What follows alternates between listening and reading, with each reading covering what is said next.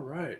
Welcome to today's LinkedIn Live conversation brought to you by Opted, the cyber advisory and solutions leader. I'm Steve Fielder, Senior Director of Managed Engineering at Optiv, and I'll be moderating today's conversation. First of all, everyone, thank you for joining. We host these sessions on LinkedIn because we want to hear from you all in real time. Don't hesitate to drop any questions or thoughts in the comments, and we'll do our best to answer them during our live Q&A at the end. Today, we're going to be discussing how not all threat detection solutions are created equal and what that means for your organization. Our experts will be sharing perspectives on what capabilities we think effective detection and response solutions offer, and how to effectively minimize risk and remain resilient despite growing SecOps challenges. Speaking of experts, joining me today in this discussion are Scott Bossarge and Kelly Roach. Scott, why don't you take a minute to introduce yourself? Sure.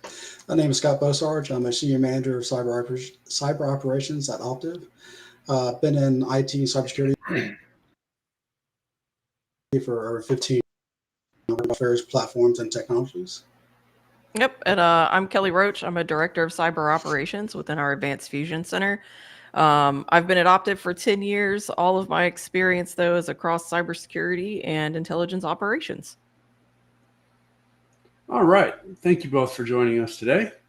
Everybody, they're both really smart, so they're great people to ask questions for. All right. So first question. Let's talk about what we mean when we say not all threat detection is created equal. What does that mean when thinking about what's out there? Kelly. So it's a couple of different ways you can approach it, right? One of the main things is that it kind of goes beyond just the platform in itself, right? Like singular platform like SIEM and EDR, right? So it's looking at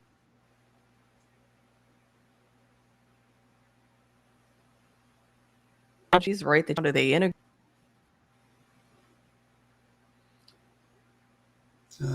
It appears as though we have lost Kelly. Scott, can you finish the question? Yeah, I can. So I'll pick up where she left off at. It goes beyond just the SIEM, EDR. There's multiple components, multiple layers of good security. So that not only is the tooling you have in place, but also the soft skills and knowledge that goes along with it for your resources as far as your people. So having them fully integrated is probably one of the key pieces in my mind to help provide the best security base. All right. Kelly, did you want to finish what it was you were going to say? Yeah. Look, technology, it's amazing. No, it's really hitting the bigger pieces, right? The A to Z, like everything, all of your tools and technology and how they're going to integrate, what your use cases are, that kind of stuff. So I know, Scott, I could hear everything that you were saying. Nailed it. So that's kind of that same, kind of view of being able to understand, they're not equal. But how do you start to look at determining what's the best fit, right, for you? Yeah, so looking at the business use case aspect, looking at business use case of what your intention is to get out of it. Is it something more compliance based? How deep do you want to get into this security sector? And just figuring all those pieces out. I think all great perspectives. I think one of the things that I look at when I see a variety of the solutions out there is the old adage of, good isn't free and cheap isn't good, right? That does seem to apply to MDR from both a staffing but also a product and technology perspective. You can get all sorts of solutions. Some of them are very, very cheap, but is it actually good? And is it a good fit for you? Maybe, probably not, but maybe. Next question. Now we know that many organizations are dealing with major SecOps strains. What are some of the factors that you are hearing about most, and how can organizations reduce this strain? So the biggest thing is just looking at what is your capabilities and bandwidth to dig into the various security sections of your business. That could be as I mentioned earlier, the resourcing, the people, the tooling, making sure it all integrates and how to optimize it so you can get the best automation out of it to really get that return on investment. Yeah, I think some of it too is, which I mean, let's think about it, is budget, right? I mean, budget is a key driving factor when it comes to tool selection. You know, we want the best in breed all of the time, but budget's going to drive, right, what you can and cannot have. And then you go kind of reverse back into the kind of those use cases, right? Like what's going to Mhm. integrate well, like those, relationships between the technologies already exist. Is it covering my requirements? It's a lot of things, but I definitely feel like the biggest strain is tech sprawl. Just so many orgs have so many tools and technologies. And how do you manage that, right? Like, how do you have the manpower to manage it, the ability to make sure it's all integrated, it's deployed successfully throughout the entire organization? How, right? How do you do that? You've got to be able to scale some of those things back, I think, and that can kind of help with some of the strain overall. Yeah, I think definitely covering the span control that you were hitting on of what is it that um, would make the most sense, both from a technology standpoint and because while there's the tech sprawl, it's identifying like best in breed, as you mentioned. That makes also the most sense because what will be great for one client may not be the best for another. So it's also having that ability to really look into the differences. Right. Mhm. So we know that we need to offload the strain on security teams, right? Whether it's budget constraints or people constraints. In our eyes, one of the most effective ways to do this is to partner with an MSSP. Now, when we look at partnering with an MSSP, what does that mean? Are we taking over everything? Are we taking over parts of the things that you are looking to accomplish? How is it, or better yet, how would you both recommend organizations taking a look at when I want to partner with an MSSP, what should I be looking for? Kelly.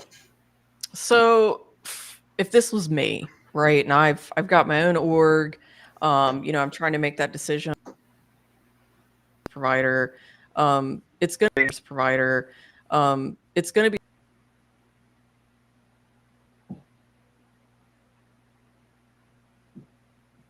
Have we lost Kelly again? Yeah, I'll kind of pick up where she's at because I think I know where she's going.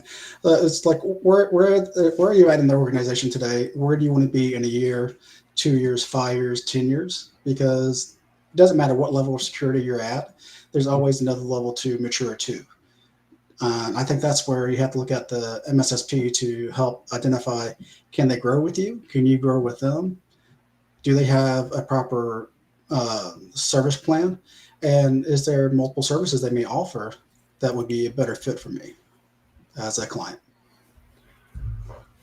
When I take a look at it, I'm an engineer at heart, right? So when I take a look at it, what are the things that I could do from just a traditional operations perspective of these are kind of the cookie cutter things that I need to be doing to make sure that I'm securing my tool set or delivering it effectively. But a lot of times that takes valuable resources internally to an organization that would probably likely be better spent elsewhere. So what sort of things could I partner with from that perspective of how can I reduce the strain on my staff while still letting them drive value outside of the specific thing that I am asking the MSP to take over for me? All right. So Kelly keeps dropping out, so we're going to continue on with her, and hopefully she'll be able to answer some questions here. She's got some great perspective, but thank you everybody for the patience here. What should organizations be thinking about from their perspective when engaging specifically in MDR service? Kelly? Can everyone hear me? Yes, we can hear you. So my main thing is business objectives. Like, what are we trying to accomplish, right? Desired business outcomes. Kind of going back to the where we are today and where we're trying to be 5 years from now, right? Kind of mapping that out. Um, that's typically where I start, and then from there you kind of roll into, your specific security needs, risk, how much risk you're willing to accept, not accept, etc. Um, it's a mix, but first it's business objectives. It's always that desired business outcome, right? That's driving to me decision making. Quick side question for you. How often do you find that when a company engages you, Kelly, specifically Mhm. on this sort of thing, how often do they actually know what their business objectives are and what specifically they're trying to accomplish? If I had to do like how many out of 10, Mhm. maybe half out of 10. And I feel like I'm being generous. Um, and it's not to anyone's fault, right? This is a complex space. Outside of looking at the amount of vendors, right, that exist in specific security domains and making a decision there, um, the rate at which threats are evolving is also very quick, right? How do you keep track of all of that? How do you stay on top of all of it? So I'd say most orgs don't know, right? And that's our job, is to kind of sit down and understand, where are you today in all of these areas from a maturity standpoint, and where can we identify those easy wins, right, of ways to establish better security. It could be a process thing, it could be a people thing, tools, and then kind of developing it out from there, right? um, but most don't have that business objective outlined, besides we need to be more secure. Right, like Right. objective number one. Fantastic, but there's a lot of things that you have to do that need to happen for you to get there. Agreed. Agreed. Scott, so let's actually talk about tech. So we have a variety of solutions that we offer our clients today. Um, and one of them is our Advanced Fusion Center, where we go in and operate on your stack. But sometimes, many times, they want us to use our own stack so we can deliver meaningful solutions where they don't have to operate any of it. What is kind of your thought on, should a client require an MDR provider to bring its own tech stack? Should they use their own? Should we look for a mix? Where does that land in your eyes? It really boils down to what is the client looking to do, to kind of play off what Kelly is talking about, because a good MDR will provide their own tech stack that will help get you started. And maybe that's the solution that works best for you. But if there's something that's more customized, as you mentioned, we do support multiple platforms. So we do have both a fully hosted side and also a code managed. So again, it's that functionality and the playability that you have when you go down that path. So Kelly, when it comes to say client security maturity, where does that sort of idea line up in your head? Now, everybody, the answer is different for everybody, but it's probably worth bringing From up. a mature, Yeah. it is different. I'm very much a, is it the people in the process, right? You've got the right type of experience and the staff, right, to man the solutions you have, and then the appropriate technologies, right, to meet your specific business use cases, compliance requirements, right, security requirements, that kind of stuff.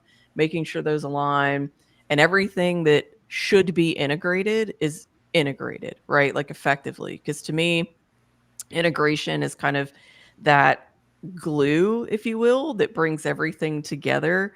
And, data sharing and collection, and being a person that comes from intelligence collection and analysis, right? Like that's huge. You want to get as much information from all of these other little, intelligence areas to be able to build a story. For me, how mature you are in each one of those areas is what is most important for me. And if you're strong in some, maybe it's like you've got some of the best tools, right? But you don't have the right type of people in there to help mature them and grow them appropriately to your org, right? Industry vertical, requirements, threats, etc. Then let's get the right folks in there to help you get there, right? And continue on that journey. Scott, anything to add? I think that just goes to more what we're talking about, the maturity aspect of most clients, because my numbers are going to be slightly different from Kelly's from earlier. I think it's more about 3 out of 10 have a good plan. And it's those who have that will have that roadmap of where they want to be from the, whether it's a MDR, MSSP, or their internal, and they'll have the components both built with the provider and also internal. Because it doesn't matter if it's a hosted tech stack or something else. When there's so much we can do, there's still something that will have to be done with the client. So that's part of the full maturity. To kind of expand off what you're hitting on, Kelly. All right, perfect. So I think the really interesting portion of the conversation, why people are probably showing up to this LinkedIn Live today, is what should I be looking for? So there's obviously no shortage of security solutions or managed security solutions out there. So when it comes to managed detection and response and choosing a provider, what do you think the important questions are that should be asked? Now, I know that you both know that there are some obvious questions, but what are the questions that don't get asked often enough? Let's start there. Ooh, questions that don't get asked enough. Man, that's kind of hard. I think it's just because of the seat that I feel like I sit in. That things that, again, if it's me, right? Like I am running my own org. What are the things that I want to know? Is how successful you are at detecting threats, right? That's what does that look like? What are those metrics? Essentially, like I want to see numbers, if you will. Response times, what's the limit of, even response activities. Scott, keep me going. I'll probably say to add to that is because of the provider's ability to understand the different types of log sources. Because while those metrics are key, if you are working with a provider that doesn't have key knowledge and training on whether it's the platform itself or the tool that is providing those logs or alerts, that's also an issue. And that's something that I don't often hear asked of. I hear the questions of what is the platform? What do you have training there? But not what do you have underlying? Do you have someone who is a cloud expert? And I use that very loosely for all types of things. Do you have someone who's an EDR expert? Do you have someone who is I'm just dropped it. But we can go down the different log source types as an example. So really, to sum that up, it's an alert fired. Now what? Yeah. Yep. Yeah, I have seen a time or two. What am I doing with this data source? Yes, it has some sort of security value. Is it valuable to me? Should I actually pay to have it and to look at it? I think that's one of the major things that does fall short sometimes is we get stuck on looking at, I need to send all my logs or this particular log when maybe you don't necessarily need to. Maybe you would get far more value out of, it might be reduced detection capability, but at what cost? It could be significantly cheaper, and that's a risk that you are actually willing to accept. So having that sort of perspective on, I have this data, this is what I want to do with it. Can I actually accomplish this versus maybe I can't? Well, and I think too that that's something that's a good thing to note, right? Is that you can have, platform engineers, right? People that know how to take a tool and configure a tool to do a thing, et cetera, et cetera, et cetera. But then having someone who has the knowledge within a security domain to understand that when you do something with this tool, and this is the output that you receive, what is the value of that output to your organization from a security perspective, and being able to have that conversation, right? To show the value of the tool doing this thing, giving you this alert, etc., is valuable for X, Y, and Z, which inherently is reducing risk here, here, and here, right? Having the bigger picture conversation that's less about just how the tool is configured and what it's configured for, but the value add that it actually brings to the organization from that larger security foundation conversation. Definitely agree. Any other questions that you think should be asked? Otherwise, we can move on to the next thing. Scaling, whether or not they can scale up or down, with a lot of organizations going, M&As, all that fun stuff happening, right? The ability to, hey, if this is where we are today, but we know that over the course of the next 3 years, we're going to have maybe a handful of M&As and we're going to grow. Can you support that growth, right, as we bring these in? Would be, to me, a very kind of good conversation to have. And also if they're going to break away, right? Hey, there's potential we could cut this part of our business out and they're going to go separate and be independent. Can we scale down? And understanding what that looks like. Agreed. I would probably add in actually the security domain training of whether it be training to the client and all the resources. Do they understand base security, but also do they have the extra security domain training of, let's talk about the platform. Is it this type of attack? Is it something that they would be able to recognize and help build out? What do I do next now that I have this alert? Yep. Yeah, some security solutions really are only as good as the least aware security user, right? Yeah. Phishing. That's Yep. a big one. Now, we should probably kick it over to Q&A so that way we have time to get through everything. So one of the questions that I saw in here was, will purchasing an MDR service affect my cybersecurity insurance costs or coverage? I think that depends on the type of insurance you have and the provider. There's going to be differences. Because while there may be some that it may lower it, there may be other restrictions of, if you do by chance have an incident, which hopefully you don't, but realistically odds are you will, you have to go through these set vendors through the insurance agency. So it may or may not.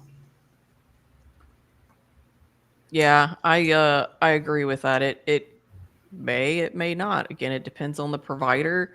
I would say that if you have questions around cybersecurity, insurability, coverage costs, you reach out to Optiv, you reach out to Dar Gibson, who can definitely be your primary point of contact for questions around that. I think that's a really good resource if you do have questions specific to cybersecurity insurance. Mm-hmm. Mm-hmm. Now, what about additional services like digital forensics, incident response, that sort of thing? What else does Optiv offer today that would be useful for somebody to know who is looking at an MDR solution? Yeah, I mean, definitely digital forensics, definitely, IR capabilities, right? One thing that I've seen some orgs do, right, is they might have a couple of different like managed service providers kind of existing out there doing some different things, which is totally fine. I get it. I also like to invest in multiple stock, right? You're not going to put all your eggs in one basket. But, if you're looking at someone who can kind of do the majority of things because you just want to have that one single, if you want to call it throat to choke, right? You want one provider that's kind of giving you the most that they possibly can. Then yeah, look for somebody that does have, right? They can do your MDR, they can do digital forensics, they can be your IR, right? Your kind of IR retainer, if you will. And you're keeping all of that, to me, that data and institutional knowledge in-house, right? With a single provider in that aspect. Thing I would add is probably also, do they provide any type of consulting or threat intelligence services? Yeah. That's something we do provide. Parts of it free, parts of it's not. Depends on how it's integrated. But because of the constant changes, you have to be able to have a provider that can do that wide breadth of skill sets. Yep. All right. We're actually at time. That was really quick. It always goes by so fast. Scott, Kelly, thank you for the wonderful discussion on threat management. And thank you, everybody, for joining Optiv today for our LinkedIn Live conversation. If you're interested in learning more about cybersecurity solutions that fit your needs, feel free to connect with us at optiv.com. Have a great rest of your day. And again, thank you for joining. Thanks, y'all. Appreciate you. Thank you.